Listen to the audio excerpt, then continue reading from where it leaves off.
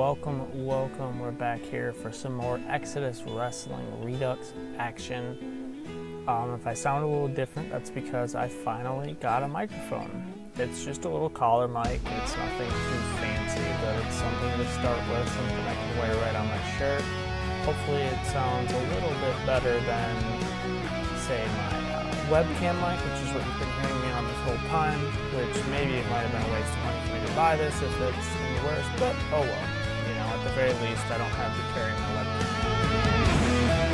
So, this is our go-home show. I finally figured it out. This is our final show before the Dynamic Duo Grand Prix. It's an episode of Pride and Glory Honor Wrestling. I realized that the Trios Championships had not been crowned yet. I probably could have saved that for the event, but oh well. You know, there's going to be plenty of championship matches over 2 nights. I'm really not too worried about it. So, that's what we're going to do. We'll actually have a team challenge already. So, we got our show going on here. We got, opening up the show, we have Evil Intent, and they cut a backstage promo, basically saying they're taking the night off, they don't need any extra distractions for tonight, they don't need, for the show, which I believe is Friday and Saturday, or it's Saturday and Sunday, I think it might be Saturday and Sunday, just so that they all have a day off. Obviously HFAS will be the night after, but, you know, that's okay. So, they say they're taking the night off, gets 61, gets the crowd hotter right out of the bat. That's what we want. And about to have decent wrestling, but not much heat. Ultra Dragon defeated Hirobumi Takamoto. So, Hirobumi, this is, I think, the best match that he's had outside of tag team action. But Ultra Dragon basically just got moved over from HFAS, where Ultra Dragon just bulked up. He bulked up to middleweight, so he can fight at whatever weight class that he desires here in Exodus now. So if he wants to face the heavyweights, he can face the heavyweights. If he doesn't have to. But basically, he's a guy who he's well-rounded enough. You guys still don't know who he is, but that's okay. He's well-rounded enough to where he can definitely do it. So he gets the pinfall here today over the much bigger man. But he's much more muscular. He's got 76, I believe, in star quality now. So I got 66, not bad. About to have decent wrestling, but not much heat. The Rebel Alliance defeated the Darkness Brigade in 2 teams that arguably could be in the Dynamic Duo Grand Prix within the next couple of years. They didn't quite make the cut this year. I tried to make sure that both my tag team champions got in. Now, Darkness Brigade just lost the titles to Evil Intent, literally like last week, or, a couple weeks ago. So this gets a 72, real good matchup. But Ian, so really it was pretty even. Rockymon was kind of the weak link, but that's kind of to be expected. That gets a 72. Sorry, I'm drinking some Baja Blast here. It's out in bottles and cans again, guys. So they got a 72, that's real good. As you can see, Rockymon was the weak link. So after that, we had about to had subpar wrestling, a little heat, which is kind of to be expected. It's kind of our relief matches of the night usually. Ragnar the Viking defeated Toyokuni Hardcore, which he's got to be coming up on his last appearance. I think he got signed for like 10 appearances or something, because I have not signed him to a contract. He is on loan from WEXXV, and he has been for a long time. So Ragnar the Viking gets the win, defends his second reign of the Grand Heavy Metalweight Championship, gets a 57 on that, which I believe Toyokuni actually had a better performance than him.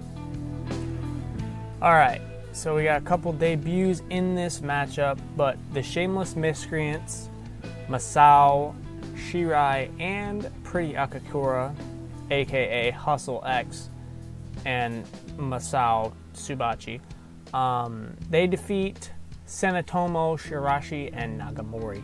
So, literally today, or yesterday in the game, Memoro Nagahama, he finally came back from a broken neck. He was maybe a month left when I had signed, or when I had purchased PGHW. Now Matsudairo was gone. He was no longer signed by PGHW, which happens because he's like 46 or something like that. So usually they don't keep him. A lot of the times they'll keep Memoro though, and Memoro I have a huge soft spot for, because in one of my WEXXV games, way back when, before they got signed by PGHW, Memoro had a very good run and actually won the world title in my WEXXV game.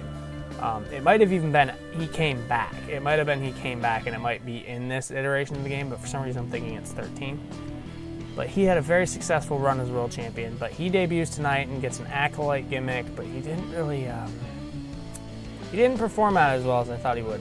But that's okay, but he's getting better at the gimmick. So even though it's poor, it's probably already at average now. Matsudairo gets his machine gimmick, which is kind of weird.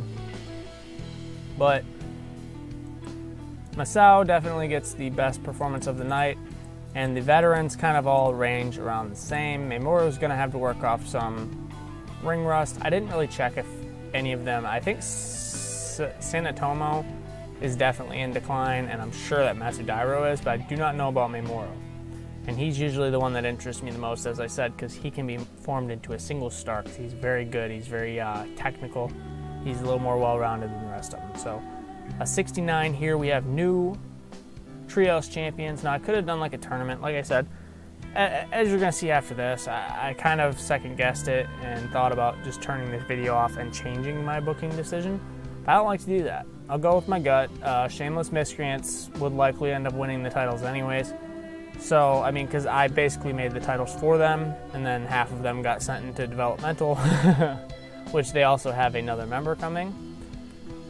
If you can think on who that might be, drop a guess in the comments. Feel free. But he's coming. He starts with a burning hammer, and he's leaving. So, well, really, I bought him out. But a 69 here for a decent little match. Of course, there's definitely some improvements to be made there. An angle featuring Musashi, Ian Miyamoto, and Kaz. So basically in this one, the Rebel Alliance, I don't know why it doesn't show that. That's weird. Maybe I have to edit that to show a trio's name. I don't know if that's possible or not, but the Rebel Alliance comes out, says, hey, we definitely should have been considered for this. I don't see how we weren't. You know, we're all very good. So basically it looks like that's going to be the feud for the Trios Championships, which should be good. That should form some pretty good matchups. I mean, between the 6 of them, and soon to be 7 and maybe 8, because I think I have another person joining the Rebel Alliance as well. I think there's an extra person that's in there as it is, so there might even be 9 people in that storyline. But we'll see. So that gets a 63, nothing too special, but it's going to build to a feud. Ooh, good chemistry. I always love to see good chemistry, especially with people that aren't that good. So Giant Cock-Love puts on a 12-minute, 30-second war with former Glory Crown champion Tetsunori Yasuda, one of the younger guys on the Pride roster. It was an exceptional match, too. Look at that. Giant Cock-Love having an exceptional match. Who'd have ever guessed? So that gets a 78, which is very good, especially for Cock-Love by himself. Usually when he's in a tag team, he'll perform a little better, of course. You know, he doesn't have to be as limited with 12 minutes. That's the only thing that really sucks, is his stamina will not go up, especially because he's 40 basically when the game starts. So he beats Yasuda, 12 minutes, 30 seconds. And it suffered because there wasn't enough selling, of course. So a 95 from Tetsunori there, that's really good. So he basically carried the match, but that's kind of to be expected. So that gets a 78, very, very, very, very, very, very, very good for Cock-Love, and we'll move on to the next segment. After the match, Pride Koiso Kazushige, Matsuki, and Kozu Kawashima, returning from his broken jaw, come out and beat down the Giant. Gets a 92. After that, Pride Koiso has an interview with the announcer Koyo Raikatuji, I hope I'm saying that right, in which he taunts the Giant. never a very good idea. I didn't have Koyo have a gimmick. Oops, probably should have set him to staff member. I thought I had him all set, but I guess not. So Pride taunts him, gets an 86, so it gains heat on the storyline, which is surprising considering the last angle was better, but whatever. So an 86 keeps it going. So in the main event, I believe, which is up next, Pride Koiso defends his Exodus Heavyweight Championship. In our main event of the evening, unfortunately not as good as it could have been, Pride Koiso defeated Funakoshi 21 minutes 30 seconds with a running Koiso cutter. Makes defense number 3 of his heavyweight championship. So Koiso is, I chose him basically to avenge Kozu, and I usually don't push Pride nearly as much. I've ended up with Kozu quite a few times, but Pride definitely deserves a push. They're both really doing very well, but long story short, Pride is not quite. I mean, he's the heavyweight champ, which unfortunately that's the main title on this brand, and if this brand is to run this way without me altering things, he's gonna have to step up. So 78, not too bad, not too great really, considering what it could have been. So 78. Then in our final segment of the night, technically I guess this would be the main event, but with how the game works, but Pride Koiso, Kozu Kawashima hype up this upcoming tournament, the Dynamic Duo Grand Prix, claiming their stake that they will be the winners, that they will be victorious, and it will be added to their already extensive trophy room, especially as a team, but as singles. I mean, they're both former world champions. I believe both of them have won the big tournament, the Elite Series that Pride ran, probably in tag and singles. I guarantee that they both won it. So very, very extensive resumes from these two. So it'll be very interesting to see if they can pull off the big win on Saturday and Sunday. They're definitely one of the favorite teams. There's so much. I don't even know what I'm going to do with the tournament yet. I'm so excited.